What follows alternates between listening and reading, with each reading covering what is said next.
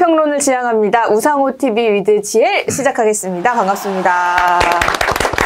네, 저희가 이제 막 시작을 했음에도 불구하고 뜨거운 성원을 보내주시고 있는데 주변에 더 많은 홍보를 부탁드리고요. 저희가 채널이 커지면은 또 특급 게스트들을 매주도 모실 수도 있기 때문에 여러분들 많은 성원과 또 응원 그리고 홍보까지 부탁드립니다. 그리고 우상호 TV 위드 GL 이 채널명이 어렵다라는 분들을 위해서 저희가 또 채널명을 공모를 하기로 했으니까 여러분들 댓글 좀 많이 달아주시면 감사하겠습니다. 자, 두 분 뭘 걸어야 되는 거 아니야? 경품을 걸어야 되는 거 아니야? 아, 경품이요? 의원님이 그럼 걸어주세요. 내가 걸면은 저 선거법 위반이야. 아, 그래요? 부정청탁 방지법. 나는 뭘 주면 안 돼. 국민에게 뭘 주면 안 돼. 아, 그럼 우상호 의원님과 나중에 이제 코로나 끝나면 술. 그럼 이제 벌칙이 될 수가 있기 때문에. 자, 저희 본격적으로 이번 주도 한번 시작을 해볼 텐데, 일단은 이번 주에 이슈가 정말 많았습니다. 최재형 감사원장이, 먹튀를 했어요. 저는 이걸 먹튀라고밖에 생각이 안 들어요. 네. 이렇게 얘기하면 안 되는 건가요? 어떻게 생각하세요? 아니, 오죽하면은 이제 대통령께서 이런 바람직하지 않은 선례. 바람직하지 않은 선례를 남겼다. 네. 근데 이제 보통 그런 정도의 표현은 굉장히 점잖게 표현한 거고, 네. 예. 정말 극대노 거의 쌍욕을 하신 거죠. 그러니까 이제 대통령으로서는 쌍욕을 할 수 없으니까. 근데 이게 뭐냐면 감사원장이라는 자리는 헌법기관의 장이에요. 헌법에 명시된 그런 사람이 법이 어쩌고 이 나라가 헌법이 어쩌고 하면서 자기는 헌법을 위반하는 행위를 한 거거든. 중립성을 임기도 안 채웠고, 네. 사실상 임기 중에 그 대통령 출마 관련된 그런 여러 가지 이 설들이 나올 때 그걸 즐겼잖아요. 제가 볼 때는 대통령커녕 공직에 나갈 자격이 없는 사람이다 이렇게 보여지고, 사실 이 말씀까지는 안 드리려고 했는데 이제 어제 저하고 절친했던 김재윤 전 의원이 이제 스스로 목숨을 이제 끊었는데, 이 김재윤 의원의 2심 판결을 한 사람이 최재형 감사원장인데, 그건 나중에 이제 TV에 나왔지만 청와대 하명 수사로 밝혀졌잖아요. 그때 그래서 진실이 어딘지는 다 알 수는 없으나 1심에서 3년형을 받았는데 2심에서 최재형 판사는 1년을 더 늘려서 4년형을 때렸어요. 근데 보통은 그렇게까지는 안 하거든. 그래서 이제 이 김재윤 의원이 되게 이렇게 이 사람 감사원장 됐을 적에도 조금 이렇게 마음앓이를 했어. 근데 이 사람이 또 대통령 된다니까 정말 힘들다고 그렇게 주변에 얘기했다고 하더라고. 뭔가 이렇게 이분이 살아온 삶이 특히 요번에 하는 걸 보고서 난 너무 실망했어요. 아무리 그런 정치적 욕심이 있다 하더라도 감사원의 명예를 완전히 망가뜨려버린 셈이 됐으니까 저는 자격이 없다고 봅니다. 실제로 그리고 제가 이분 인사청문위원장 했습니다만 그런 무슨 대통령직을 운영할 그런 깜냥이 안 됩니다. 판사로서는 훌륭한 판사였는지는 모르겠으나 제가 볼 때는 좀 아닌 것 같아요. 그래서 이분은 내가 볼 때는 좀 그렇게 주목할 만한 가치는 없을 거예요. 근데 이제 여기는 이제 윤석열 씨가 확 갑자기 지지율이 폭락할 것을 대비한 일종의 대체 자원으로 보시면 됩니다. 서브카드 정도 그냥. 근데 저는 이 최재형 감사원장 이렇게 갑자기 뜨는 거를 보고 와 진짜 저 보수 세력들은 본인들이 정권만 잡을 수 있다면 그냥 아무나 막 갖다 꼽는구나 이런 생각이 들었던 게 이 사람이 뭐랄까요 국정 운영에 대한 그런 철학이 국민들에게 알려진 것도 없고 이 사람 자체가 사실 윤석열 총장 같은 경우에는 추미애 장관하고의 그런 뭐랄까요 징계 문제라든지 이런 부분에 있어서 국민들에게 좀 뭔가 현 정권으로부터 탄압을 받았다라는 인식이 갔을 수는 있어요. 근데 최재형 감사원장은 전혀 그런 이슈가 없지 않았나요? 이 사람이 이제 원전 정책 가지고 감사하고 좀 불편은 했죠. 대통령이 그러면 전임 대통령이 했던 일들이 있는데 그거와 다른 정책을 펼치면 공무원들은 일관성이 없어지잖아요. 당연히 공무원들은 지금 새로운 대통령의 정책에 맞추기 위해서 과거의 정책을 버릴 수밖에 없잖아요. 근데 그런 공무원들을 감사원의 기준으로 처벌을 하겠다 하면 아니 세상에 이건 대통령의 정체권 이게 이거예요. 윤석열이라는 사람은 대통령의 인사권을 건드렸고 네. 네. 최재형이라는 사람은 대통령의 정책 결정권을 건드린 거예요. 그래서 내가 잘들 한다 진짜 이게 뭐 하는 짓들이냐. 근데 그러나 그럼에도 불구하고 감사원은 헌법상 독립된 독립기관이라서 네. 청와대가 분위기만 아이 죽겠네 아이고 그런 걸 하는지 모르겠네 이런 말은 언론인데 했지만 감사원에 전화를 했거나 네. 감사원장한테 그러지 말라고 했거나 이런 게 한 번도 없어요. 네. 네. 그 이분이 나가는 건 나는 도대체 뭐요? 응. 그래서 나는 이 사람은 정말 자격이 없다고 보는 거예요. 그러니까 이 윤석열을 막 100번에 하나 뭐 추미애 장관이 징계위를 만들어서 막 이렇게 했으니까 본인이 모욕감을 느낄 수 있지. 예? 그리고 탄압받는다는 느낌이 들을 수 있겠지. 검찰총장을 초유의 징계를 한다는 게 조금 당시로 보면 대단한 일이었잖아요. 네. 결국 성공하지 못했지만. 근데 최재형 이 사람은 뭐냔 말이야. 그러니까 건들지 않았거든. 불만이 있어 놔뒀거든. 응. 근데 지금 갑자기 나가 그래도 나가. 뭐 이런 자아실현인 거예요. 마지막에 자아실현. 공공기관 했으니까 나는 마지막에 그래서 대선 자가발전이라고 그랬는데 어. 그래서 나가야 될 무슨 명분 전혀 없어 이 사람. 그러니까. 네. 근데 이제 그거에 대해서 공격받으니까 뭐 나를 이렇게 나오게 한 게 누군데 막 이런 식으로 또 불편한 내색을 했다고 기사는 올라오더라고요. 그분은 자기가 자기를 민 거예요. 셀프. 우리는 그분한테 바람도 한번 네. 입바람도 어. 한번 안 줬어. 그냥 보면서 좀 심하네. 이렇게만 생각했지. 그러니까 어디 가서 좀 감사원이 이건 좀 무리한 거 아닙니까? 뭐 이런 입장은 얘기할 수 있잖아요. 네. 근데 그 사람을 뭐 징계하려고 했어. 뭐 우리가 그 사람의 가족들을 수사를 했어. 뭘 그냥 하더니 자기가 그냥 나가대. 그래서 그럼 나가면서 막 우리 탓을 하길래 어. 뭐야 저 사람. 감사원장은 그래도 나가기 전에는 아버지한테 허락은 받았나 보네요. 최재형 감사원장 두 분 다 아버지가 가지 말라고. 아버지를 만났어요. 두 분 다 어. 아버지를. 네, 그래서 전 최재형 씨가 감사원장직을 그만두고 저 대통령에 출마하겠다고 한 것은 난 이거는 코미디도 이런 코미디는 없어요. 네, 그래서 그런 거죠. 혼자 막 북치고 장구치고 하더니 혼자 시끄럽다고 나가는 그런 꼴입니다. 지금 뭐 최재형 감사원장 같은 경우에는 뭐 야권과 언론에서 굉장히 뭐 윤석열의 대체제 이런 식으로 해서 밀고 있기는 하지만 어떻게 될지는 지켜보고 최재형 감사원장, 윤석열 씨 둘 중에 누가 먼저 입당할 거라고 생각하세요? 국민의힘에? 입당이요? 네. 둘 다 입당은 결국에는 할 거 아닙니까? 근데 누가 먼저 하는 게 뭐 의미가 있어요? 그런 식으로 물어봐. 틀리면 나중에 놀리라. 그러니까 나를 함정에서 빠뜨려서 지금 뱉은 거로 틀린다 이걸 그랬어요. 이렇게 네. 보여주려고 하는 것 같은데. 근데 어쨌든 이 두 사람 다 내가 볼 때는 정직하지가 못해요. 윤석열 씨가 이제 출마 기자회견하면서 국민의힘과 자기가 생각이 같다 네, 이렇게 얘기하잖아요. 네. 네. 정말 어이가 없었어요. 그럼 왜 우리 정권에 참여했어? 음. 생각은 국민의힘 것 같은데 음. 왜 검찰총장을 하겠다고 그렇게 열심히 로비를 하고 다녔을까?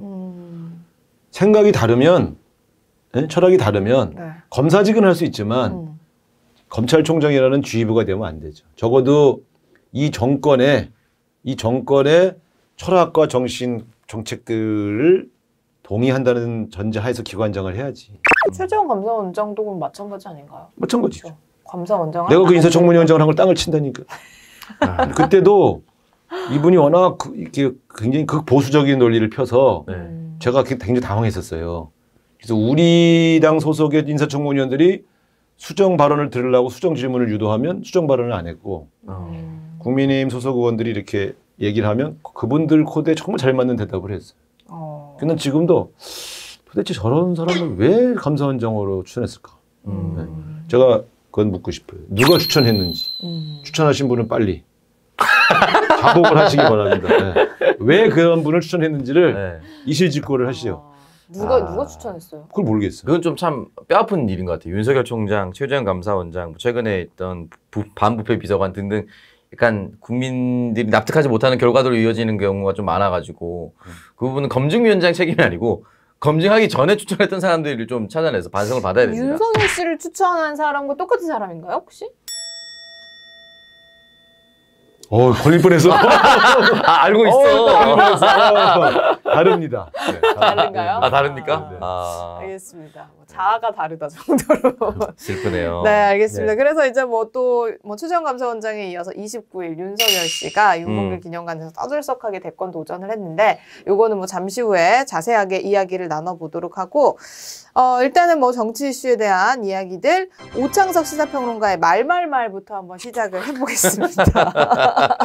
분명히 준비가 안 됐다고. 네, 이거를 저희 지난번에 악예전 같이 하시던 네. 우리 박 PD님께서 요 코너를 좀 꼭 좀 했으면 좋겠다. 아니, 그러니까 준비가 되면 시키고 네. 준비가 안 되면 안 하는 거지. 그걸 계속 음. 시키면 얼굴이 벌써 시무룩해지잖아요. 그러니까. 아, 이게 뭐냐면 말은 그 당시에 이제 우상호 캠프에서 만들었던 거예요. 근데 갑자기 오창석 씨가 잘했으니까 하세요. 그러니까 뭐지 내 코너가 아니었는데 저는 이제 그 당시에 좀 도움이 될 만한 청년 관점의 컨셉이나 뭐 기사를 가져와서 설명을 드렸었던 거지 말말은 아니어서 그래서 오늘 박지 씨가 준비를 했다고 들었어요. 네, 네. 그렇습니다. 네. 저는 일단 그 윤석열 씨가 이 좌천된 권력수사 검사들한테 검찰을 잘 지켜라. 이런 전화를 했다고. 아 다독이는 정난을 했다고 기사가 근데 나왔죠. 그게 본인이 지금 다독이고 말고 할 일입니까? 검사들은 만약에 윤석열한테 이런 전화를 받으면 아저씨 누구신데 저한테 이렇게 가만히 있으라고 하세요? 아니 누구신데가 이렇게 아니지. 하는 거 아니에요? 자기 새끼들이잖아. 새끼들이 네. 한테 위로 전화를 한 거지. 네. 나 때문에 니들 물 먹었는데. 그럼 자기가 대통령 하는 거 나가지 말았어야지. 아니 그 검찰총장 소리요. 자리를 내가 대통령하면 지키든지요. 다시 좋은데 보내주기 가만히 버티고 있어. 네. 이 소리. 아. 두 가지 측면인데 하나는 대통령 나오려고 하는 자가 아무리 검찰 출신이지만 검사들에게 전화해서 이쪽고 저쪽고 하는 것은 검찰의 독립성을 훼손한 거잖아. 네. 그렇죠. 아무리 옛날에 한 거죠. 식구였어도. 아니 그리고 지금 윤석열 가족 관련된 수사가 진행 중이잖아요. 또. 그러니까 두 번째, 자기가 대통령 될 거라고 확신하고 조금만 버티고 있으면 내가 다시 좋은 자리 보내줄게 이 소리잖아. 그렇죠. 무슨 이런 어떤 그러니까. 소리. 그러니까 이게 뭐냐면 그런 것이 알려지면 어떤 비판을 받을 건지에 대해서 전혀 두려움이 없는 거예요. 아니 그러니까- 기자들도 비판 의식이 없더라고요 이거에. 네? 이거에 대해서. 그러니까 이게 지금 나는 미치겠더라고. 그러니까 우리가 저런 사안을 보는 시각이 필요한데 그러면 앞으로 그 사람들이 어쨌든 좌천됐다 하더라도 수사를 하잖아요. 네? 그렇죠. 우리가 그 사람들의 중립성을 우리 믿을 수 있겠어? 못 믿죠. 못 믿죠. 아, 저 윤석열 꼬봉인데 윤석열 시킨 대로 지금 전화 통화하면서 지시를 받나 본데? 그러니까 자기 후배들이 도와준 일이요, 안 도와준 일이요. 나는 지금도 그거 묻고 싶어. 그때 윤석열 총장하고 뭐 우리 청와대하고 때로는 추장관하고 막 싸움이 붙었을 때도 나는 그 얘기를 했었거든. 윤석열 편을 드는 사람들은 반드시 윤석열 대권 후보 선거운동을 도와주는 검사들일 텐데 그 사람들도 다 옷 벗고 나가야 돼 사실은. 한동훈 검사장도 나가야 돼. 맞아요. 나가서 윤석열 캠프에서 뛰어야 돼. 그게 정직한 거 아니에요. 근데 칼을 품고 지금 저기 앉아갖고 언론 인터뷰나 쫙 잡고 다니잖아. 네. 물 먹은 것이 열받을 수는 있어. 근데 이 검찰 조직을 정말 사랑한다 그러면 거기서 버티고 앉아갖고 계속 찡얼찡얼대는 것보다 나가서 윤석열 캠프에 들어가서 열심히 자기 형님 도와주는 게 맞죠? 정직한 거 아니에요? 그러니까 세상에 검찰 내에 야당 대권 후보의 분파 조직이 아직 남아있다. 이런 거는 그걸 노골적으로 드러내는 것은 난 상상이 알 수가 없어. 그러니까 지금 이 최재형 감사원장과 윤석열 이 검찰총장 이 두 전직 고위 공직자가 보이는 행위가 모든 거를 문재인 탓을 하지만 사실은 지들이 얼마나 우리나라 헌정사에 나쁜 짓들을 하고 있는지 이거를 돌아보지 않는 거야. 우리 문재인 대통령에게 저주와 비난을 퍼붓는데 몰입하다가 나머지 자기가 머문남았던 조직을 다 베리고 있어. 이건 난 용납하기 어렵다. 이런 사람이 대통령 되면 안 된다. 네. 나가서 자기 개인적으로 무슨 안부 전화는 할 수 있지만 잘 버티고 있어라. 이건 지시잖아, 지시. 네. 내가 대통령 되면 그렇죠. 불과 1년만 참고 있으면 내가 대통령 되니까 그때 너 승진시켜줄게. 가만히 있어. 그런 소리라고는 자빠졌어. 그런 사람이 대통령 나오면 되겠어요? 그런 사람이 대통령이면 아예 검찰이 그냥 그 대통령의 손아귀 안에 들어가는 거잖아요. 그러니까 대한민국 사상 처음으로 검사들이 형님이 모실 수 있는 대통령이 나오는 거죠. 검찰공화국. 검찰공화국이라는 표현은 좀 네. 온건하고 네. 예. 거의 대통령과 조폭식으로 묶여져 있는 형동생들이 이 나라를 이제 좌지우지. 검찰청의 하청업체가 될 수가 있는 거죠. 근데 대통령이 하청업체가 될 수 있는 거죠. 보면서 이건 아닌데 뭐 이런 그렇게 되면 좀 전에 그걸 말말말로 네. 지금 한 거예요? 네. 예. 잘 가져오지 않았나요? 그것은 말말말이든 말이 나와야 되잖아. 무슨 말이? 잘 버티고 잘 있으라. 버티고 있어. 잘 버티고 있어라. 네. 예. 박지희 네. 잘 버티고 있어요. 잘 버티다가 윤석열 대통령 되면 감옥 가는. 좋은 방, 양지 바른 방으로 좀 추천을 해주세요. 또 한번 이제 학생운동사 갔다 오셨기 때문에. 서울구치소는 서울구치소는 대체로 다 특히 그 3층은 네. 해가 잘 들어요. 근데 참고로 말씀드리면 감옥은 네. 해가 잘 드는 방이 힘듭니다. 왜요? 아 그래요? 더워요. 아, 너무 에어컨 없어요? 아, 좀 틀어주는데 네. 네. 그렇게 시원한 에어컨을 낮 때는 안 틀어줬어요. 그래서 우리가 해가 들면 너무 힘들었어. 아 이게 그래서 해를 반대로구나. 피해서 네. 아, 에어컨이 없으니까. 제가 그런 것까지 왜 알아야 되죠, 제가? 오창석 씨가 친절하게 해설해 주려잖아요. 네, 저는 지금 사식 넣어주기 위해서 영치금 많이 네. 벌어놓겠습니다. 아니 근데 뭐 윤석열 씨가 대통령이 된다고 하면은 일단 이 윤석열 씨에게 이라고 한 우리 우상호 의원님. 아 그거 방금 편집됐습니다. 아, 그래요? 괜찮아요. 네. 내가 탄핵 전문이잖아. 아니 그래서 아, 그렇죠. 이제 저희가 바로 이어서 얘기해 보겠지만 네. 윤석열 대선 출마 기자회견 논평 중에 저는 가장 인상 깊었던 게 이 사람은 남자 박근혜다. 이런 거였거든요. 왜? 왜? 그냥 말도 하나마나 한 말만 하고 자기가 무슨 말 하는지도 모르고 국정에 대한 그런 철학도 없고 아는 것도 없고 정말 이게 이런 얘기였던 것 같은데요. 아니, 그런 얘기가 있다는 거죠. 제 생각은 아니고. 그래도 우리 문재인 정부의 검찰총장까지 하신 분인데 네. 우리가 검찰총장 시키진 않아요. 네. 그러니까 머리는 좋다고 봐야지. 근데 왜 구수했죠? 네? 왜 구수나 했죠? 즐긴 거지. 즐긴 거지. 갑자기 지금 꼬리 내리게 뭐 하시는 다른 것 건 모르겠지만 같은데. 집에서 어느 정도 서포트가 네. 있지 않고서는 그렇게 하기 쉽지 않아요. 어쨌든 이제 그 한마디로 보면 이제 그 내용이 없다. 내용이 없다는 게 굉장히 이 양반 심각하게 생각해야 돼요. 하나만 하니. 대통령 나오겠다는 사람이 이 소위 말하면 동네 복도방 수준에서 하는 문재인 대통령에 대한 저주 그걸 쭉 늘어놓고 그러면 그건 좋다 이거야. 왜 나오게 됐는가 배경인데 그러면 윤석열이 만들고 싶은 대한민국이 뭔지 네. 보여줘야 될 거 아니에요. 하다못해 이런 대한민국을 만들고 싶다. 그러니까 문재인 대통령이 잘못한 게 이런 거니까 우리 대한민국은 그걸 극복하는 이런 세상으로 가야 된다. 라고 하는 한 서너 가지의 무슨 개념이라도 던져줘야지. 근데 아무리 봐도 그게 없어요. 그래서 기자들이 질문을 했잖아요. 분야별로. 네. 하나만한 소리를 하잖아. 네. 그 정도의 얘기는 제가 볼 때는 아마 국민의힘의 초선 의원들도 그거보다 훨씬 잘해요. 저도 동의를 한 게 주요 질문 중에 사실 내용이 좀 없어. 청년 세대니까 두세 가지 정도는 나올 수 있는 게 이제 부동산 얘기인데 결국은 시장과 맞서려 하지 않겠다. 요 정도 워딩 이외에는 아무것도 안 나왔거든요.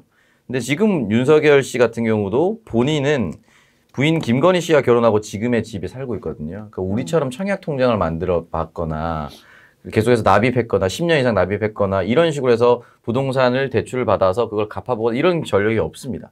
그러니까 우리처럼 부동산을 구해본 경험이 없기 때문에 적어도 부동산에 대한 이야기 무조건 들어야 돼요. 근데 그러니까 원론적으로 시장과 맞서려 하지 않겠다. 이 정도밖에 대답을 못했거든요. 그러니까 청년들이 이걸 보고 이 사람이 대안으로 떠오르고 있긴 하지만 이 사람도 우리 현실을 모르고 있는 건 확실하구나라는 얘기가 어제 하루 종일 돌았어요. 아니 생각을 해보세요. 사실 이분은 서민의 삶과는 거리가 먼 인생을 살아왔잖아요. 네. 아버지가 연세대학교 교수님이시고 그럴 건데 지역구네. 연희동에 사셨으니까. 지역구 유권자한테 조심 잘해야 되는데. 어쨌든 그리고 이제 우리가 어쨌든 이분이 이제 구수를 했잖아요. 네. 그 대학은 이제 서울대학교 대를 가셨으니까 공부 잘하셨다고 보고. 근데 우리가 흔히 말하지만 9번을 계속 재도전할 수 있다는 것은 경제적으로 네. 받침이 되니까 하는 것이지. 부모 잘 만나지 않은 사람이 9년을 네. 그러니까 사실상 수입 없이 계속 공부만 할 수 있다. 그거 쉽지 않죠. 네. 그러니까 이제 이 양반이 왜 9번씩 떨어졌냐 이거는 일종의 재미있는 그냥 화제성 주제일 뿐이고 이분이 9년씩 직업도 없이 계속 도전할 수 있던 것은 그만큼 집이 유복했다는 얘기니까 서민의 어려움을 알긴 좀 어렵죠. 네. 그리고 이제 방금 말씀하신 것처럼 사업하는 부인을 만나서 또 그분 형편, 물론 검사의 월급도 만만치 않으니까. 그러니까 서민들이 어떻게 생활하고 어떻게 험난한 삶을 거쳐나가고 이런 것들을 이해하기 굉장히 어렵죠. 그리고 네. 검사가 됐다는 순간부터는 이제 칼을 휘두르는 거 아닙니까? 네. 칼잡이로 유명하시니까.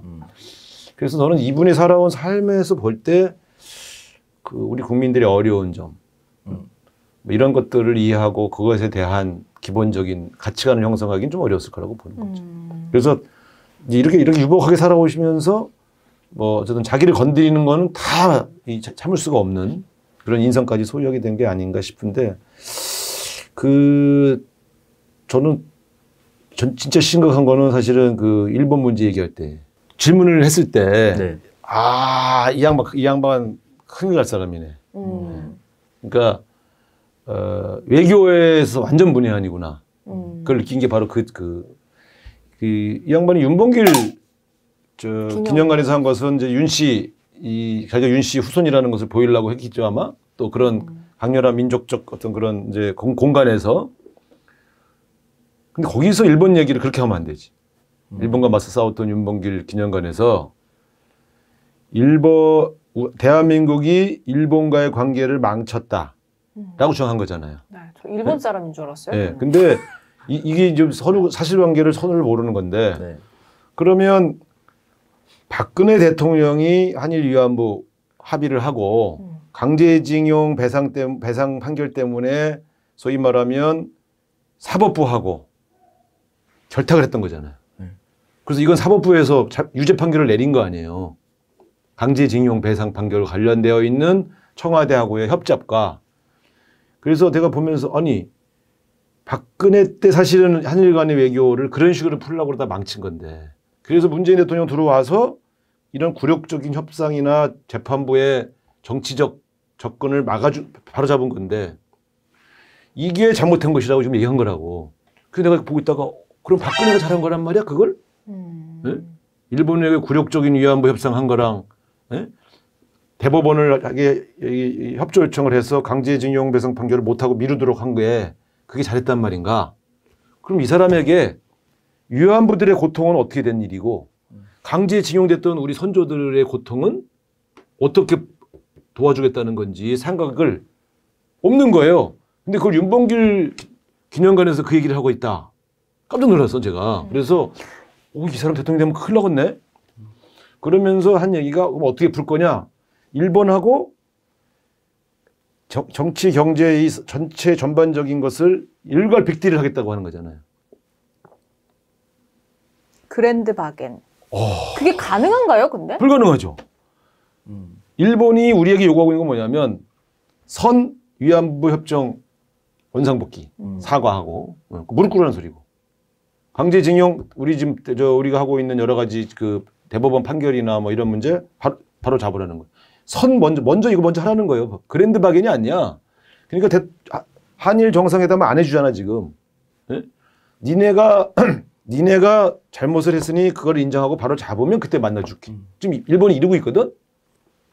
윤석열 씨가 대통령 돼갖고 스가한테 그걸 해주겠다고?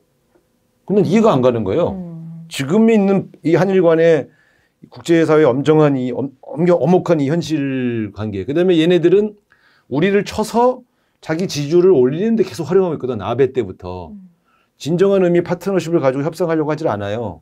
윤석열 씨가 됐다고 해서 그 바로 오케이 하고 넘어올 리가 없다고. 그래서 내가 보면서 한 나라의 대통령이 가져야 할 외교적 식견이라는 것은 현실을 잘 파악하고 역사성을 잘 이해한 가운데 지혜를 발휘하는 것인데 국가 간의 문제는 한 큐 해결되는 게 없어요. 네. 지금은 우리가 전통적 우방이 유국가도 관세 문제 있지 또 방위비 분담금 문제 있지 우리 거기하고도 계속 갈등이 있잖아. 네? 그런데 이 사람이 이걸 쉽게 그냥 한꺼번에 탁 통쳐갖고 척척척척 하면 되지 그걸 못하냐 그래서 이 사람 큰일 날 사람이네. 네. 나라의 외교 문제를 저렇게 가볍게 생각하다니. 그래서 내가 그거는 참 보면 볼수록 위험한데 그러니까 좀 부족하구나라고 보다가 이 외교 문제로 갈 때는 좀 위험한데 이 사람 잘 모르면서 잘못하면 큰 실수하겠는데 이런 이제 판단이 들었죠. 그 보수 중에 절대적으로 이제 일본과 친해져야 되고 일본에게 밑보여서는 안 된다라고 생각하시는 분들이 있는데 그런 참모가 지금 옆에 붙어 있는 것 같아요. 저는 떠오르는 몇 명 있긴 한데 일본과 무역 전쟁을 시작하고 나서도 일본이 훨씬 더 큰 강대국이기 때문에 결국 우리나라 망한다. 1, 2년만 있어봐라 했는데 1, 2년 지났는데 지금 우리나라 잘 버티고 있잖아요. 오히려 소부장 사업에서 이제 그 자체 기술도 개발하고 있는데 그 당시에 전통적인 일본에 기대어서 컸던 사람들이 그런 식으로 얘기를 했었거든요. 일본을 잘 못 보이면 안 된다. 근데 이 관점을 그대로 지금 윤석열 씨가 계승하고 있습니다. 네. 똑같은 참모가 붙어 있는 것 같아요. 그래서 사실 뭐 죽창가를 들어가지고 뭐 당연히 조국 전 장관을 비난하려는 의도였겠지만 이 부분에 대해서는 글쎄요 그 자리에 이제 윤주경 의원도 같이 있지 않았나요? 네. 네. 어떻게 그 죽창가를 비난하고 있는데 그거를 가만히 앉아서 보고 있을 수가 있는지 저는 그거 자체도 이해가 너무 안 가고. 그러니까 그분이 네. 죽창가라는 노래가 그냥 운동권 노래를 생각하시는 거예요. 아니 죽창가가. 그 동학농 근데 죽창가의 역사는 동학으로부터 네. 시작하는 거라서 이게 역사에 대한 식견이 일천하구나. 근데 그런 건 내가 봐주겠다 이거예요. 잘 모를 수 있잖아. 윤주경 씨는 알아야 되는 거 아니에요? 뭐 어쨌든 같은 윤식이 잘 해보자겠다. 이제 혈족주의니까. 근데 네. 어쨌든 이 잘 모르는 사람이 정책 결정권자가 됐을 때 국익은 어떻게 되는 거냐, 국격은 어떻게 되는 거냐 이런 문제를 심각하게 느끼게 해준. 특히 일본과의 문제를 너무 가볍게 생각하는 거는 굉장히 위험해요. 그렇습니다. 그리고 이제 뭐 전직 대통령에 대한 사면 이야기도 좀 나왔는데 그것도 이제 본인이 어떻게 보면 그 자기 부정하는 얘기라고 들릴 수 있을 만큼 양반이 뭐라 그랬죠? 이명박 박근혜 둘 다 이제 뭐 사면에 대한 뭐 자기는 사면을 생각이 있는데 국민들의 동의를 구해서 하겠다 뭐 이런 취지로 이야기를 했거든요. 그러면서 이명박 씨에 대해서는 나이가 많고 박근혜 씨에 대해서는 여성분이다 이렇게 얘기를 했어요. 다 자기가 집어넣은 사람들이잖아요. 그렇죠. 그러니까요. 자기가 집어넣는데 그러니까 이런 거예요. 표현 돌아가면서 했지. 그러니까 이제 대통령이 결정할 문제다. 근데 이 두 분은 좀 안 됐다. 이렇게 얘기한 거잖아. 취지는. 예. 그러니까 엄정한 검찰총장 출신이 또 특검의 수사팀장 출신이 자기가 다 집어넣고 이제 와서 참 그분들 건강 걱정되네요. 이런 얘기를 한다는 게 왜냐하면 내가 기대한 대답은 안타까워하시는 분들이 많지만 내가 수사를 해서 감옥에 넣은 사람인데 정말 이건 어쩔 수 없었다. 법은 조국에게도 이명박 박근혜에게도 엄정하게 해야 된다. 이렇게 얘기했어야 된다. 근데 내가 딱 보니까 이 보수 지지층을 의식해서 네, 맞아요. 좀 안 됐네요. 그래서 내가 유체 이탈이네. 자기가 다 집어넣고 뭐예요. 그럼 자기가 자기 집어넣은 사람들은 다 안 됐나?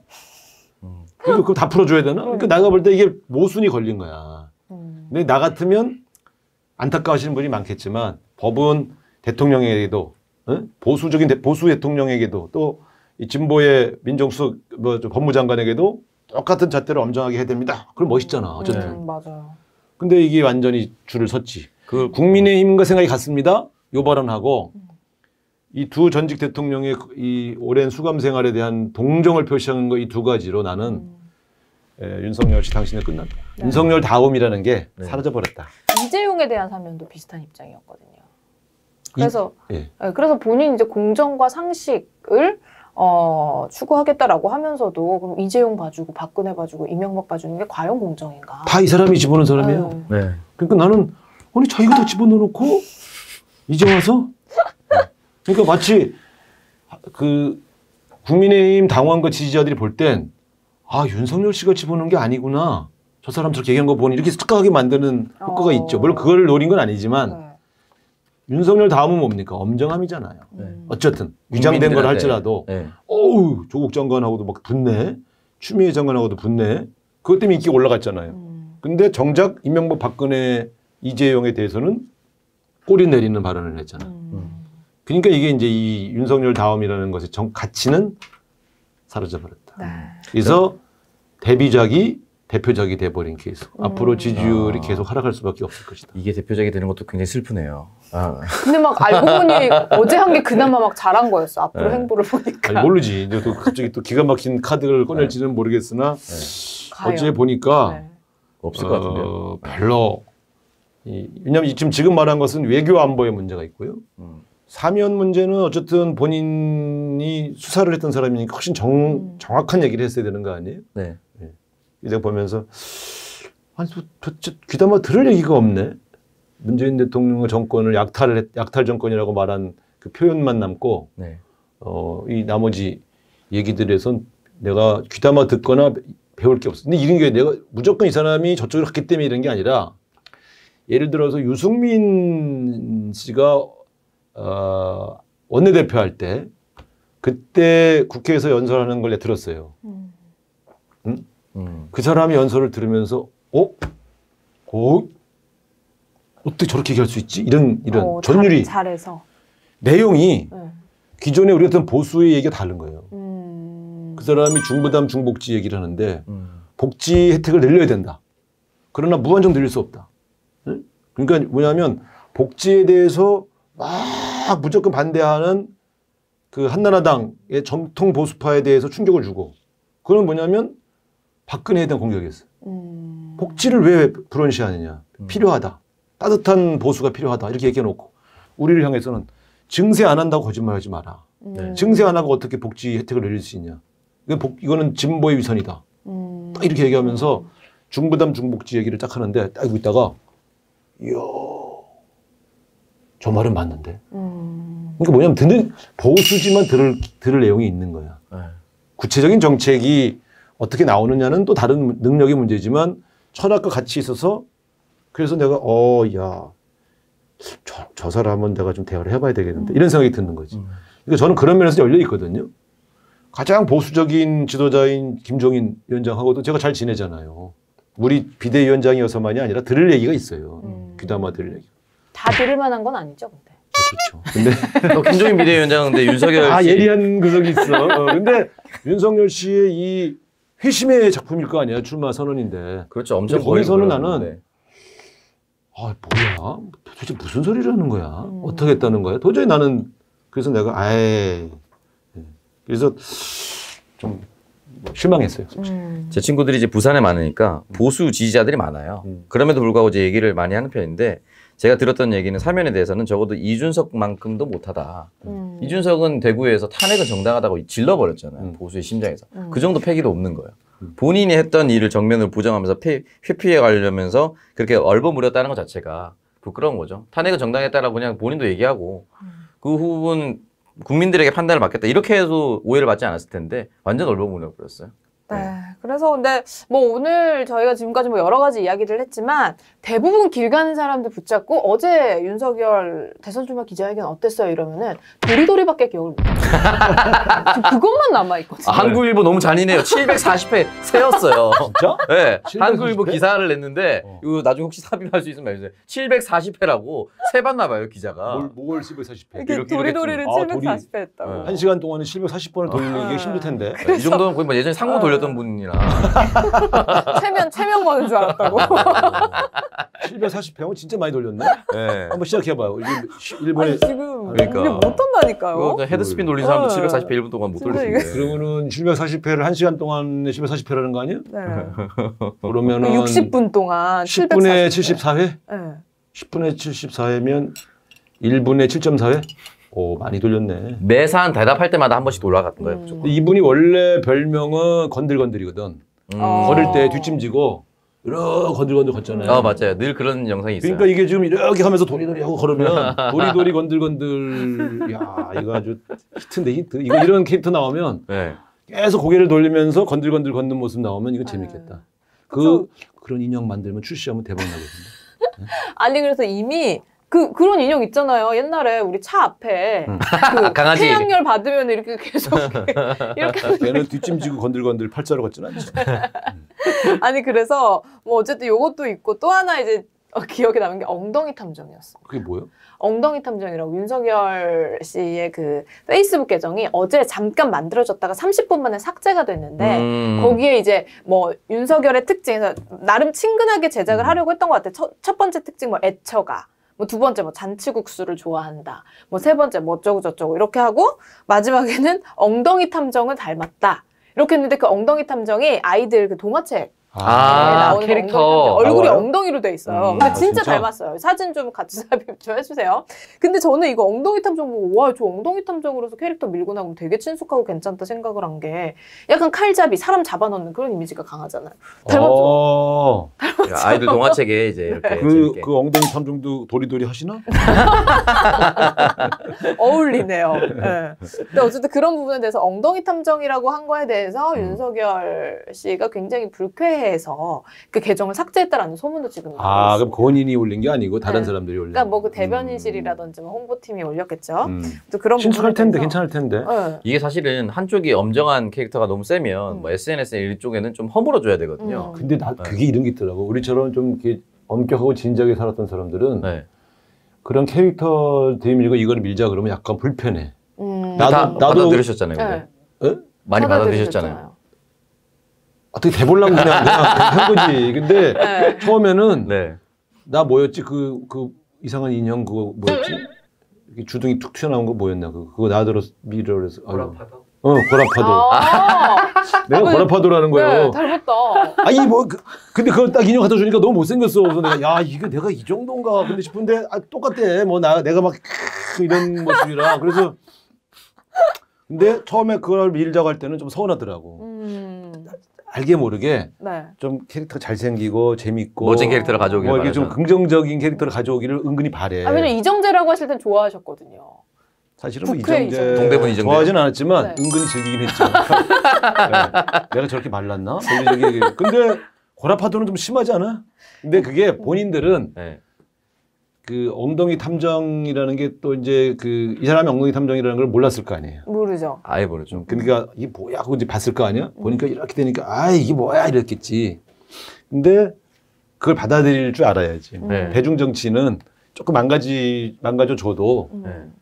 우리가 좀 망가져 주면 좋아하시잖아요. 그럼요. 그렇죠. 그래서 우리 우상 의원님 이렇게 다 받아들이시는 그런 내가 캐릭터이기 때문에 출당만은 못 받아들여. 출당 빼곤 다 받아들인다. 그렇지. 네, 근데 뭐 윤석열 총장 같은 경우에는 그런 거 못 받아들이지 않을까라는 생각이 이 들어서 SNS에 벌써 두 번째입니다.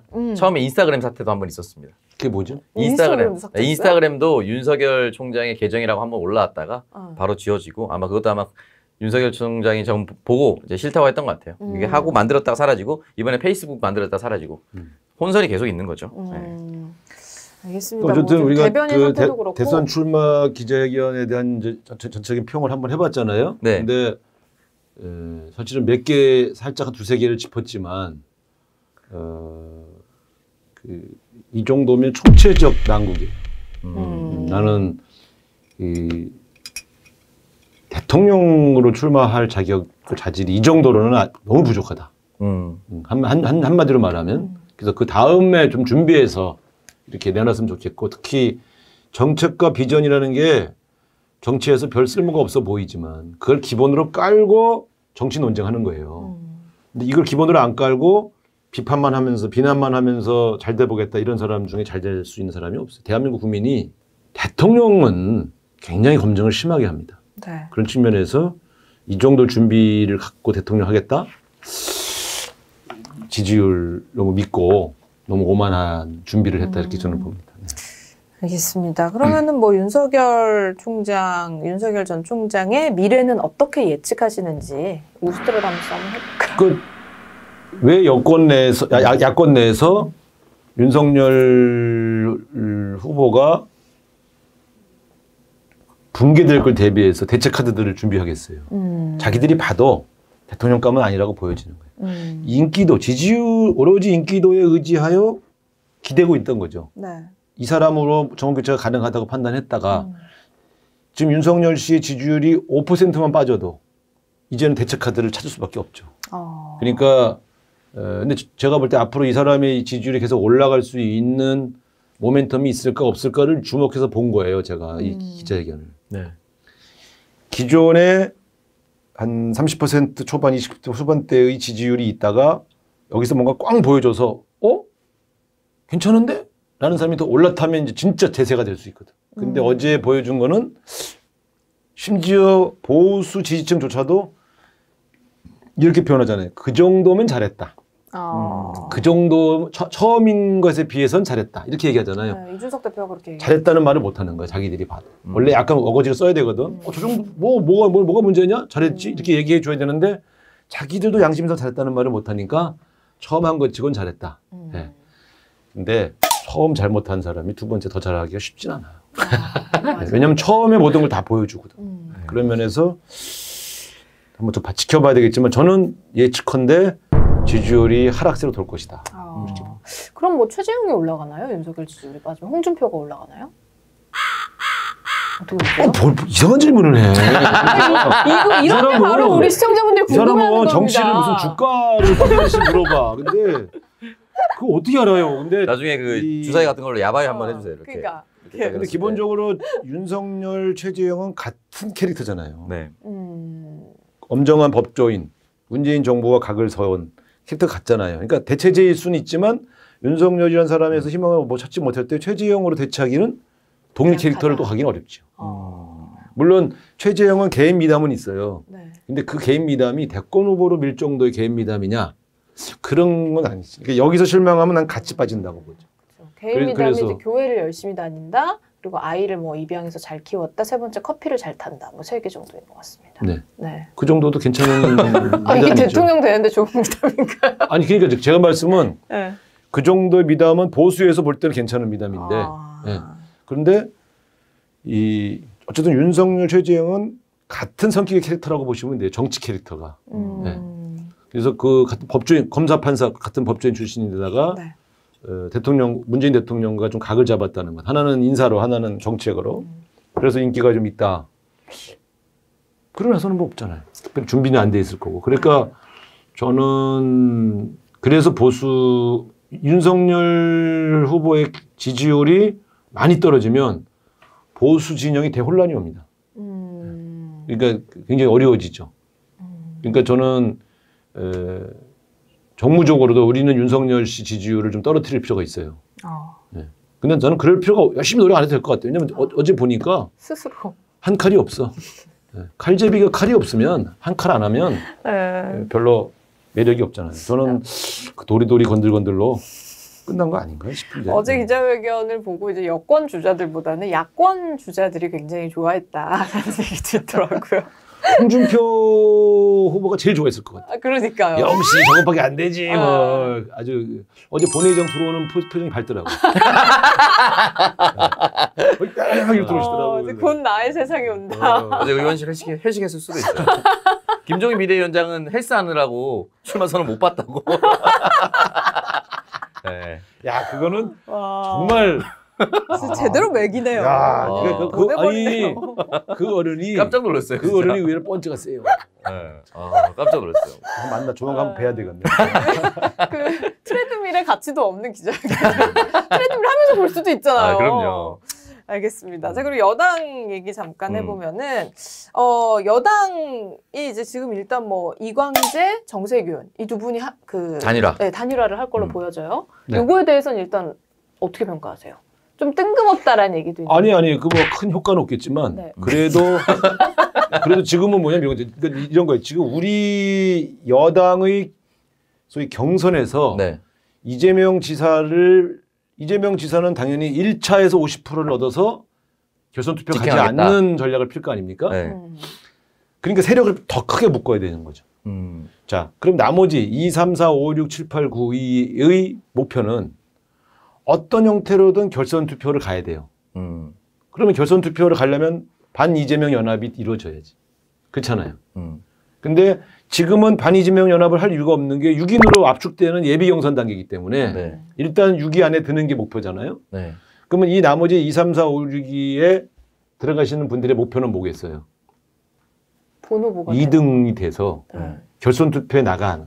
그러면 최종 후보. 그러면 최종 결선 투표를 간다고 보고 결선 투표에 나가면 반 이재명 연합표가 50%가 현재는 뭐 더 넘을 테니 내가 2위 후보로 가면 내가 유리하다. 미리 합종연행은 안 해도 돼요. 그런데 2위만 되면 돼. 그러면 이재명 후보를 찍지 않았던 사람들이 더 다수가 된 순간 자기는 이긴다. 이런 전략을 펼 거 아닙니까? 그러니까 지금 2, 3위인 것을 두려워할 필요가 없는 거죠. 어차피 예. 그러니까 예를 들면 이런 거죠. 우상호가 원내대표 될 때 첫 선거에서 2등을 했잖아요. 그때도 6명이 나왔거든요. 네. 그래서 결선 투표 가서 결선에서 엎었거든요. 이런 전략이죠.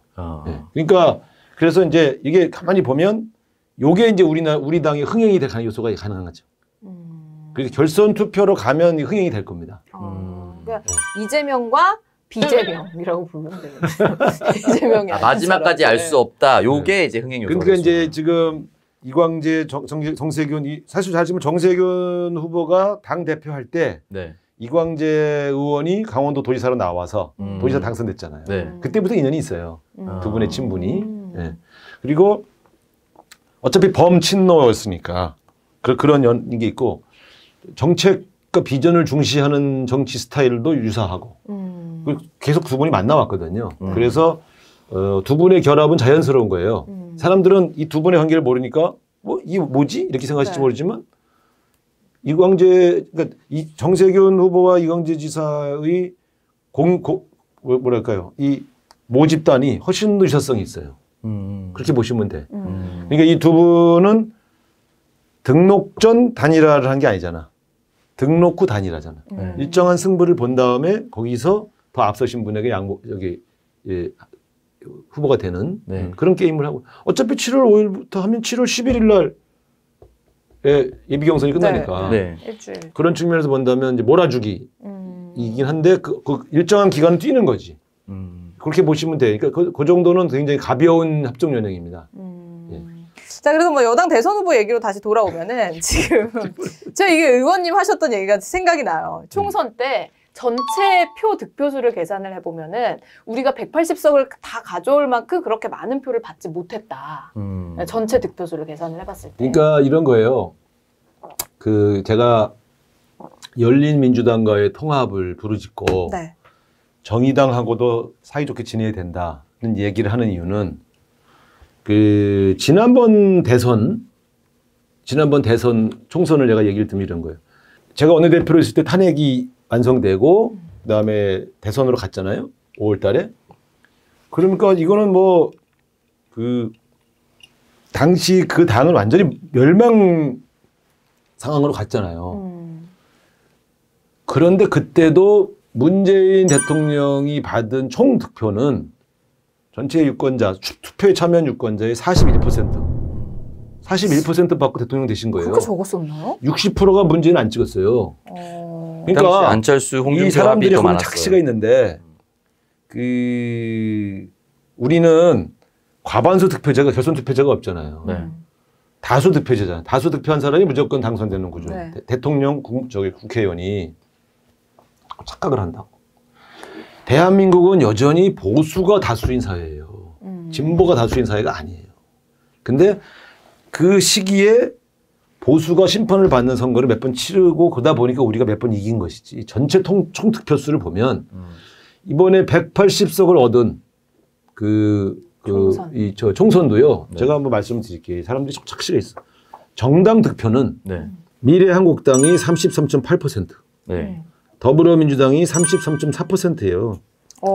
정당 0.4 득표는 전에. 졌어요. 그러니까 지금 국힘이 조금 더 많네요. 그렇죠. 네. 선거에서도 문재인 후보가 받은 득표수는 41%고 180석 얻었다고 막 완전히 이 세상이 진보의 세상이 된 것처럼 떠들던 그 선거도 사실은 정당 득표는 33.8 대 33.4로 더불어민주당이 졌는데 도대체 왜 우리가 이 세상을 장악한 것처럼 기고만장했냐고. 그러면 이런 판단에서 내년도 대선을 바라보면 어떻게 이겨요? 탄핵을 한 이후에 선거에서 41% 득표를 했고. 이것만 보면은 내년 대선에서 지는 게 너무 당연한데. 그렇죠. 그러니까 이기는 전략을 어떻게 펴야 돼? 일단 우리 지지층을 결집을 시켜야 될 거 아니야. 먼저. 네, 다 결집시켜야죠. 네?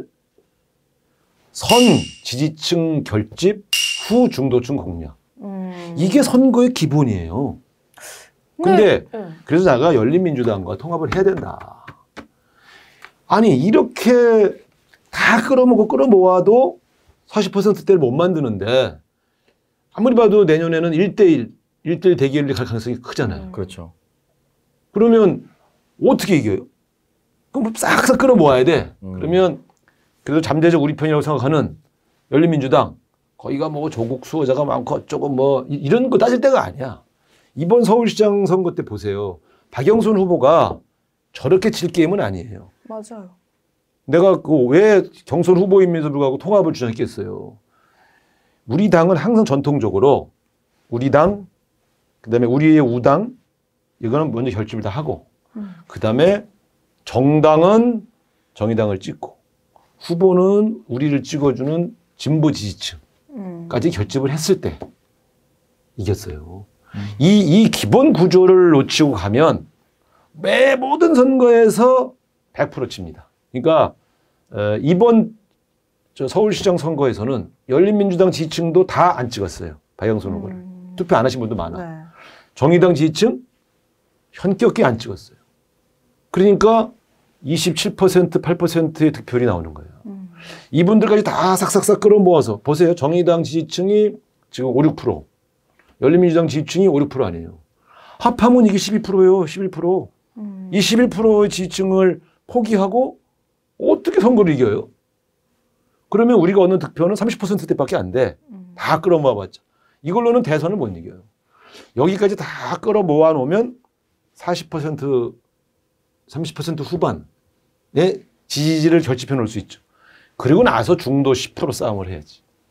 그래서 나는 지금 이 경선을 하고 있지만 열린민주당과의 통합을 추진을 해야 된다. 알아서 찍지 안 찍겠어. 아니더라고 이번에 서울시장 선거 보니까. 예? 저쪽도 저쪽이 밉지만 이쪽 후보도 마음에 안 들면 안 찍더라고. 열린민주당 지지층도. 그런데 이걸 같은 당이 되면 그는 같이 투표 행위를 독려할 수가 있잖아요. 근데 정의당은 함께 가기엔 조금 이렇게 너무 멀리 가지 않아요? 아니 그런 생각하면 안 돼요. 아니에요? 정의당도 후보를 내겠죠. 이번에. 내겠죠. 예.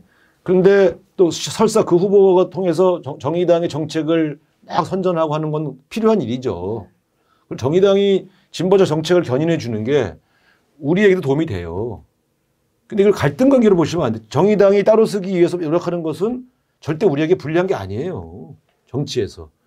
근데 우리는 그 지지층을 향해서도 우리가 정권을 한 번 더 잡으면 여러분과의 여러분이 원하는 진보적인 정책 중에서 몇 개는 반드시 실천할 테니 도와달라는 호소는 계속 해야 됩니다. 이게 결국은 정책 연합인데 공개적으로 연합을 테이블을 만들기 좀 어렵죠. 근데 왜냐면 우리가 정의당 지지층을 서운하게 한 게 몇 개 있어요. 저는 그게 좀 안타까운데 어쨌든 대선을 앞두고 이제 그런 것도 다 극복을 해야 되는 거야. 저쪽은 지금 안철수 당하고 통합을 하겠다고 하는데 우리는 왜 이렇게 한가하게 있는지는 모르겠어요.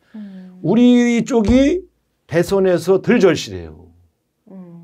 저쪽 당은 이준석 같은 사람을 대표로 만들고 오세훈을 후보로 만들어서 승리의 경험을 쌓아놓고 가잖아요. 윤석열, 최재형도 포용하려고 막 그렇게 하잖아요. 우리는 싫은 놈은 안 보겠다는 거 아니에요? 우리는 우리하고 입장 안 맞으면 하차 안 하겠다는 거 아니에요? 그러니까요. 막 그렇게 해서는 탈당하라고. 절대 대선을 못 이겨. 그럼 대선에서 지고 나서 내 마음대로 살았는데 대선 지고 나서 에이씨 얼마나 힘들겠어. 조금 생각이 틀리거나 나하고 좀 입장이 안 맞아도 함께 할 수 있는 사람을 넓게 끌어안고 가는 전략을 피는 게 대선 전략이지. 그래서 나는 저쪽 지지층은 점점 넓어지고 있는데 우리는 점점 좁아지네. 이 생각으로 지금 내가 좀 살고 있는 거예요. 어? 나 같은 사람 출당하라고 하고 이러면서 그러니까요. 점점 뺄셈 정치를 하고 있잖아요. 그래서 나는 지금부터라도 우리 외연을 점점 좀 확대해 나가야 되는데 조금만 손을 내밀면 함께 할 수 있는 사람들부터 안 잡고 자꾸 중도층 공략을 먼저 하겠다고 당이 나서는 것은 이건 좀 웃긴 거예요. 집토끼부터 잡아야 중도층을 잡긴 잡아야지. 네. 근데 이런 겁니다. 지도부는 전통적 지지층을 결집하는 역할을 해야 되는 것이고 그리고 그 전통적 지지층과 조금 더 가까운 지지층을 결집하는 구도를 잡아주는 게 당 대표와 지도부가 할 일이에요. 중도층 공략은 누가 합니까? 후보가 해야 됩니다. 내가 저 당은 싫은데 저 후보는 내가 괜찮아라고 생각하게 만드는 게 중도층 공략이잖아요. 근데 우리 진영의 당 대표나 지도부가 아무리 중도층 공략을 해도 중도층은 우리 당이 우리 당을 싫어해 왔기 때문에 바로 마음을 열기는 어렵죠. 우리를 지지하다가 이탈하신 분을 다시 잡는 게 지도부가 할 일이지. 우리 당을 지지하지도 않았던 분들은 후보가 잡아야죠. 그래서 지금 제가 이 데이터를 가지고 얘기하잖아요. 네. 그 이유는 저는 항상 데이터를 보면서 우리 당 전략을 짜왔던 사람이니까 그냥 중도층 공략을 해야지라는 환상을 지금 당 지도부가 가지고 있으면 당 지도부는 열린민주당과의 통합, 정의당 지지층에 대한 구애, 그리고 우리를 지지했지만 떠나갔던 일부 중도층까지는 우리가 좀 한번 설득을 할, 이게 당 지도부가 할 일입니다. 당이. 그래서 그 일을 지금 안 하고 있어요. 내가 지금 속이 타는 거예요. 내가 대선 기획단장에 있으면 나는 통합부터 추진하자고 했을 거예요. 바로. 그 당은 열린민주당은 통합을 하자는 거예요. 완전히 기다리고 있어. 우리가 손을 안 내밀고 있다는 거예요. 좀 그 강훈식 대표 그 위원장 기획단장은 좀 얘기 좀 해주시면 안 되나요? 일단 내가 살고 봐야 되잖아요. 경선 흥행할 수 있는 방법을 좀 여러 군데에서 자문을 구하고 다닌다는 얘기를 들었나. 근데 난 그것도 그래. 경선 흥행이라는 것은 네. 인위적으로 이루어지는 게 아니에요. 맞아요. 국민의힘 경선 흥행은 어떻게 이루어졌어요? 뭐 스탠드, 뭐 미팅, 뭐 이런 형식 때문에 이루어진 게 아니잖아요. 이준석이라는 사람이 돌풍을 일으켜서 일어난 거잖아요. 흥행은 예상치 못했던 결과, 누군가 바람을 일으킬 때 흥행이 되는 거잖아요. 그 형식에서 오는 게 아니라고. 두 번째는 대형 아젠다가 터지는 거예요. 우리 안에서. 우리 경선 과정에서. 네. 그래서 중도층이나 딴 쪽에서도 저게 뭐지? 저 사람들이 얘기하는 저 아젠다는 관심이 가는데 이 두 개의 케이스가 아니고 경선 흥행이 이루어진 예가 없어요. 예? 아니 양복 입다가 청바지 입는다고 경선 흥행이 된다는 게 말이 되냐고. 예? 그렇잖아요. 맞아. 부캐 만들고. 아니 지금 이재명, 이낙연, 정세균, 뭐 추미애 이런 분들한테 티셔츠 입힌다고 경선 흥행이 되냐고. 망하는 길입니다. 절대 그런 거 하지 마십시오. 혹시 아니, 왜냐면 보고 있으면 절대 제발 좀 하지 마세요. 하면 안 돼요? 너무 안 어울려요. 네. 정세균 전 총리 최근에 했었던 그 틱톡이 엄청난 역효과를 불러일으키고 있습니다. 본인이 어울리는 의상을 선택해야 되는 거예요. 어쨌든 그래서 나는 이제 뭐냐면 흥행이 되게 하는 걸 자꾸 어떤 이벤트와 형식을 고민하시는 거는 지금 우리 당과 우리 당의 현실을 볼 때 저는 썩 그런 문제가 아니다. 어떤 형식의 문제가 아니다. 그러니까 그러면 합종 연행을 해서라도 갑자기 1위 후보와 2, 3위 후보가 근접했다. 그럼 재밌어지잖아요. 이재명 지사가 제일 싫어하는 시나리오죠. 그렇지만 당을 위해서는 약간의 흥행 요소들이 생기는 게 괜찮죠. 그러면 어떤 경우는 이제 이런 거 두 가지 방식이 있어요. 합종 연행을 하는 방식이 있고 이 하위권 후보들이 레이스하는 과정이 9월까지 하는 과정에 한 명씩 떨어져 나가면서 2, 3위 후보에게 표가 몰아지는 이런 게임도 가능하죠. 인위적으로 할 수는 없어요. 근데 지금 있는 2, 3, 4, 5위 여기 후보들은 그렇게 갈 가능성이 별로 높지 않은 관계들. 잘 아시지만 이낙연, 정세균, 박용진. 이 세 분은 각각의 캐릭터가 다 달라요. 추미애. 죄송하지만 이분들 사이에 친소 관계를 보면 친한 사람이 없어요. 서로 접어줄 것 같지도 않아요. 살아온 역사와 배경이 달라. 그러니까 여기서 그런 연합이 이루어질 가능성이 높진 않아요. 끝까지 자기 프로파간다를 해서 완주하려면 2등이 되는 싸움을 하려고 하죠. 그러니까 이제 그래서 그거는 뭐 더 두고 봐야 되는 거지. 또 의외에 그럴 수도 있지. 그러니까 합종 연행은 안 해도 그냥 내가 지지율이 더 이상 안 오르니까 더 이상 버티지 못하겠다고 그만두는 경우도 있어. 이게 이제 2007년도에 한 명씩 그만두면서 갔던 과정. 그다음에 그때는 이제 유시민, 한명숙, 이해찬 세 분이 연합도 했었고 뭐 이런 이게 두 개의 가능성들이 다 있기는. 근데 어쨌든 대형 아젠다. 가령 예를 들면 옛날에 노무현 대통령이 터뜨렸던 무슨 수도 이전 이런 대형 이슈라든가 아니면 그런 뭔가 의의 결과가 나올 수도 있겠다라고 하는 상황이 발생할 때 흥행이 되기 시작하는 거예요. 처음부터 흥행이 되지는 않아요. 근데 지금 기본소득이 조금 이제 아젠다가 잡혀서 뭐 여권이랑 야권에서 여러 가지 이야기가 오간 점은 그럼 민주당한테는 좀 호재일 수 있겠다고 볼 수도 있겠네요. 아니 어쨌든 무엇이든 비판의 대상이 되건 화제거리가 되든 뭔가 어떤 정책들이 계속 논의가 되는 건 나쁘진 않죠. 그 사람이 무슨 주장하는지 모르겠다 이런 것보단 그 주장이 말이 되냐 이게 훨씬 더 가치 있는 거예요. 그러니까 왜냐하면 저는 그 주제를 놓고 논쟁이 시작된다는 것은 적어도 그 논쟁을 시작시키는 사람의 것일 수 있죠. 그런 측면에서 나쁘지 않죠. 참고로 양승조, 최문순, 김두관 후보도 있습니다. 바로 3명만 빼고 말씀하셔서. 지금 이런 거예요. 양승조 지사는 예. 강력한 윤석열 씨가 충남 아니에요. 네. 실제로 양승조 지사가 그 얘기를 했어요. 지금 이 어려운 시기에 너무 윤석열 판으로 가서 충청 민심이 다 윤석열한테 넘어가지 않게 하기 위해서 내가 충남 지도지사로서 출마해 주는 거는 윤석열에 대한 견제 카드이기도 하다. 나는 그 일리 있다고 생각해요. 그 다음에 김두관 후보는 네. 지금 우리는 전통적으로 영남 후보가 있었잖아요. 근데 물론 이재명 지사가 TK. 안동 출신이야. 그러나 그 기반에서 고향이 안동인 것이지 거기서 활동한 건 TK나 아니니까. PK에서 정치를 해본 적은 없잖아요. 다만 요즘 TK에서 이재명이 안동이라네 이런 얘기가 우리 TK라네 이런 얘기가 좀 긍정적으로 논의되는 분들이 좀 있다고 그러더라고. 그래서 7월 1일에 그 출마 선언하죠. 그러고 바로 안동 가신다고 그러더라고요. 그런 정서가 남아있다는 게 근데 저는 굉장히 김두관 슬프면서도 후보는 어쨌든 경남 도지사를 하셨고 그러니까 이분이 어쨌든 적어도 지역구를 영남 지역에 기반한 유일한 후보잖아요. 그렇죠. 그러니까 TK. 이런 분이 나와주는 것이 굉장히 도움이 되죠. 네. 그리고 우리 강원도 2명씩 나왔네. 2명씩 나왔어. 최문순 제일 지사와 적은데 2명씩 나왔어. 이광재, 두 최문순. 분. 이 단일화에 실패하신 분들이기 때문에 이 강원도 이래서 안 돼. 한 명으로 해서 나왔어야지. 인구 150만밖에 안 되는데 우리 구청 3개 섞은 것밖에 안 되는데 거기서 2명씩 나오면 되겠어? 전현직 도지사. 그러나 두 분을 다 지지합니다. 저는.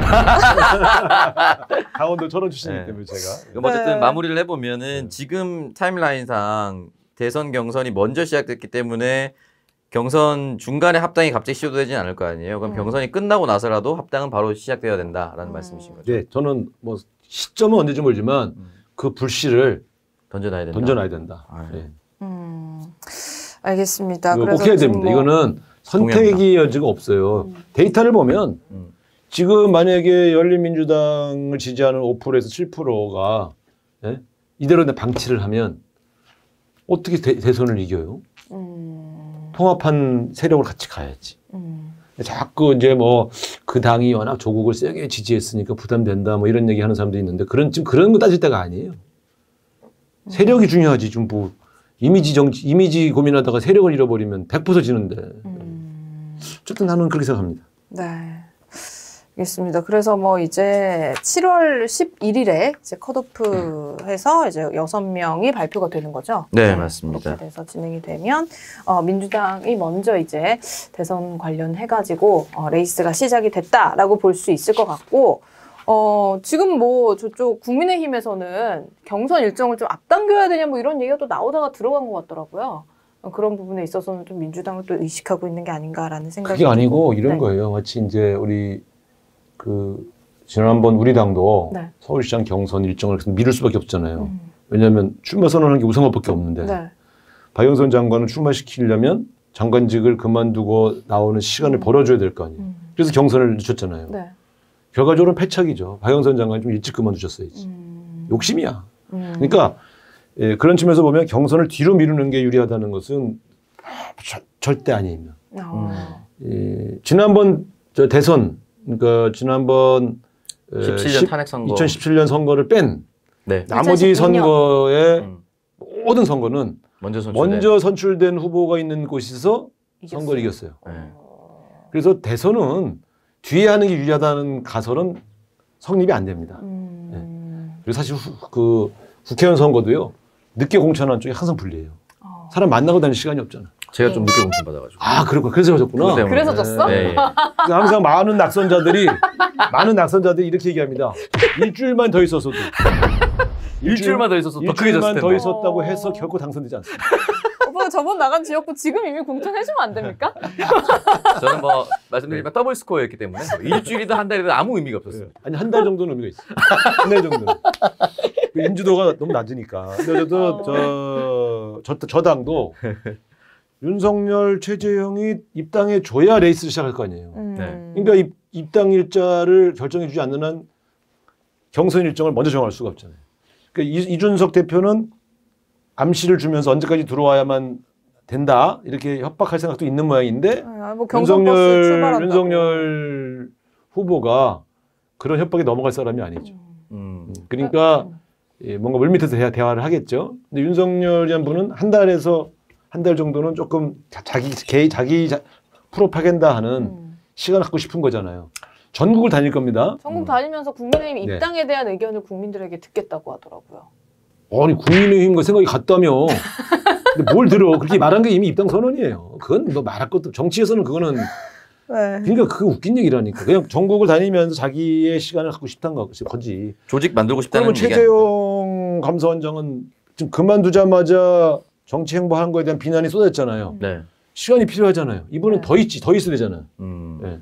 그러니까 늦어질 수밖에 없죠. 국민의힘 경선은 최재형 전 감사원장까지 포함시킨 경선을 한다고 판단하면 시간이 더 필요하죠.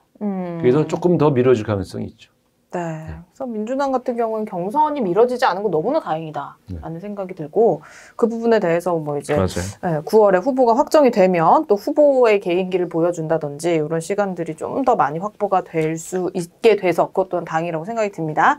자, 그래서 오늘 뭐 대선 관련된 이야기, 윤석열부터 열린민주당과의 합당 관련된 이야기들까지 뭐 자세하게 나눠봤는데 저희 지금 우상호 TV 위드 GL 그리고 우상호 TV 이렇게 두 채널로 저희 방송이 나가고 있는데 우상호 TV 위드 GL도 여러분들 많은 구독 부탁드리고요. 채널명 다시 공모하고 있습니다. 우상호 TV 위드 GL 이게 이제 너무 어렵다고 해가지고 좀 재밌고 또 한 번에 딱 들었을 때 우상호 의원의 TV구나 요거를 알 수 있는 좋은 이름 공모하고 있으니까요. 좋은 이름 있으면은 많이 댓글로 달아주시면 감사하겠습니다.